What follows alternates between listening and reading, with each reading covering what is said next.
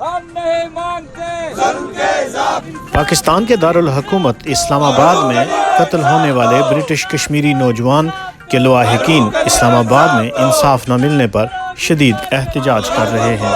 مظاہرین نے آزاد کشمیر کے وزیر اعظم سردار تنویر الیاس اور دیگر سیاستدانوں سے بھی قتل کی تحقیقات اور انصاف کے حصول کو ممکن بنانے کے لیے مدد کی اپیل کی ہے۔